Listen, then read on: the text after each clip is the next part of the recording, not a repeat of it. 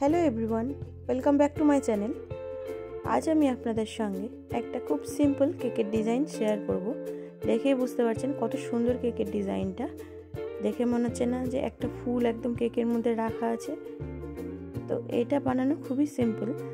এটা আমি হাফ পাউন্ডের একটা কেক বানাবো।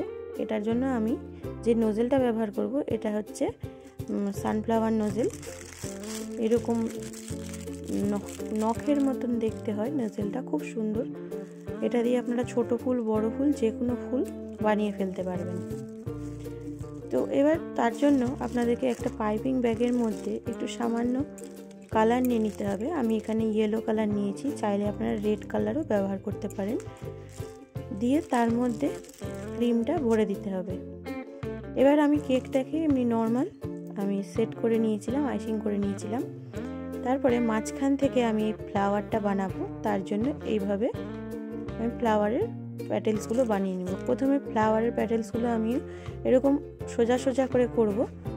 তারপরে যত আমি শেষের দিকে আসবে একটু করে আমার প্যাটেলসগুলো বড় হবে আর সেগুলো একটু ফ্ল্যাট শোয়ানো শোয়ানো টাইপের হবে। তো এরকম দেখতে ভালো লাগবে।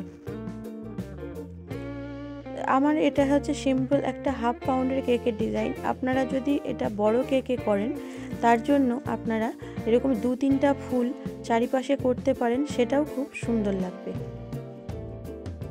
হাফ পাউন্ডের কেকের মধ্যে আমরা কি ডিজাইন করব বুঝে পাওয়া যায় না, সবসময় একই স্টার নোজেল দিয়ে সিম্পলি ফুল বানিয়ে আমরা থাকি। তো এরকম হাফ পাউন্ডের মধ্যে কেকের ডিজাইন করবেন তো কেকটার লুকিংই একদম চেঞ্জ হয়ে যায়।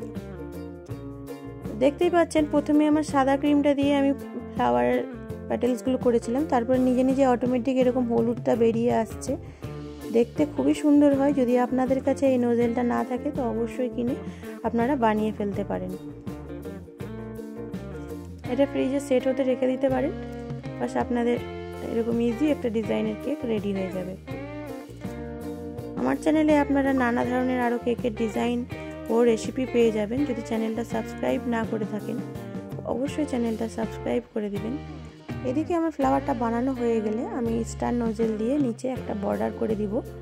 তো আমার বর্ডারের কালারটা হলুদের মধ্যে হলুদ দেখতে খুব একটা ভালো লাগছিল না, তো আমি নিচে দিকে আবার একটা রেড যেগুলো স্প্রে কালারগুলো হয় পাউডার কালারগুলো, তো সেগুলো দিয়ে আমি নিচটা এরকম হালকা রেড করে দিয়েছি। আপনারা চাইলে এরকম স্প্রে কালার দিয়েও ফুলের কালারটাকে আপনারা একটু অন্যরকম করে নিতে পারেন, সেটাও খুব সুন্দর লাগে দেখতে।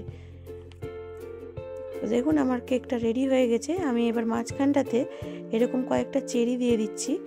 আপনারা চাইলে চকো চিপসও দিতে পারেন, সেটাও ভালো লাগে দেখতে। দেখে মনে হচ্ছে না যে একদম চন্দ্রমল্লিকা ফুলটা ফুটে আছে, খুবই সুন্দর লাগে দেখতে। তো আপনারাও একবার বানিয়ে দেখুন। আর কেমন লাগলো কেকের ডিজাইনটা অবশ্যই কমেন্ট বক্সে জানাবেন। আর ভালো লাগলে একটা লাইক করে দিবেন। আবার দেখা হবে নতুন কোনো রেসিপির সঙ্গে। ততক্ষণের জন্য বাই বাই।